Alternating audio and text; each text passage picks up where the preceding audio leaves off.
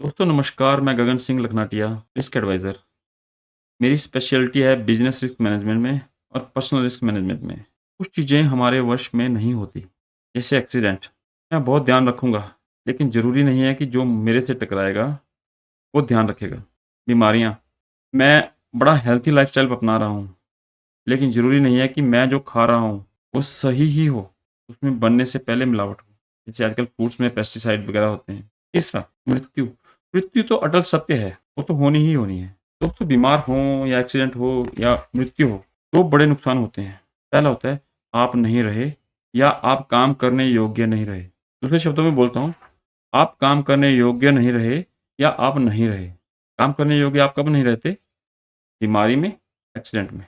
और आप कब नहीं रहते? बीमारी में या एक्सीडेंट में। और दूसरा नुकसान है आपकी इनकम का, पैसे का। मान लो आप बीमार होते हैं या आपका एक्सीडेंट होता है।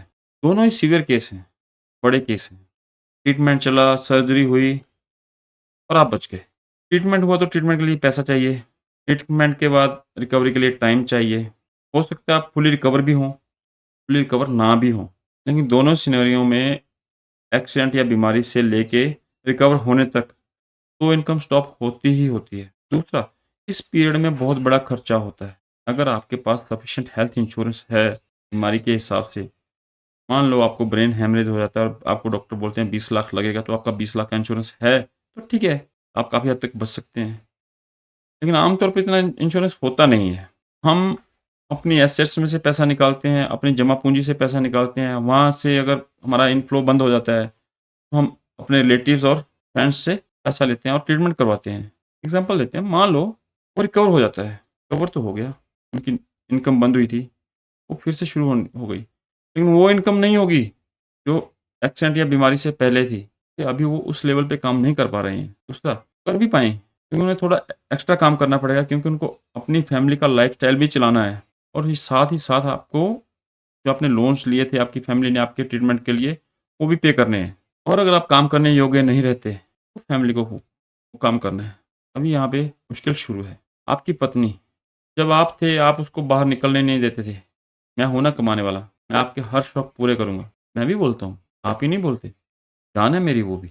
मेरे बच्चे एक बार इशारा करते हैं, वो चीज़ उनके पास पहुँच जाती है। आप भी ऐसे ही करते होंगे, अभी क्या करेंगे? क्योंकि जो जमा पूँजी थी वो तो बीमारी में गई, एक्सीडेंट में गई, उल्टे लोन भी ले लिए, वो भी तो भरने हैं। आप बेड पे, आप फुली रिकवर नहीं हुए, आप कमाने योग्य रहे नहीं, तो क्या होगा? आपकी फैमिली को कमाना पड़ेगा, जिसमें फैमिली में आपकी वाइफ़ भी हो सकती है, आपके बच्चे भी हो सकते हैं। बच्चे कमाने योग्य तो बच्चे भी कमाएँगे और फैमिली वाइफ़ को तो करना ही पड़ेगा। ये था एक सिनेरियो। अब एक दूसरा सिनेरियो लेते हैं। मान लो ट्रीटमेंट के बाद क्या होता है, आपकी डेथ हो जाती है। बुरा लगा? लगना चाहिए। जब डेथ होती है तो पूरी फैमिली उस आदमी के पास सिर पे हाथ रख के रोती है। इतनी कोशिश की, आप भी नहीं बचे और हमारे पास जो था वो भी नहीं बचा और उल्टे हमारे सिर पे लोन भी हो गया। एक बार फिर से सुनिए क्या बोल रहा हूँ। पत्नी ऐसे सिर पे हाथ बस बैठ के रोती है, आप भी नहीं बचे, आप चले गए, जो पैसा था वो भी नहीं बचा और उल्टे लाखों का लोन हो गया।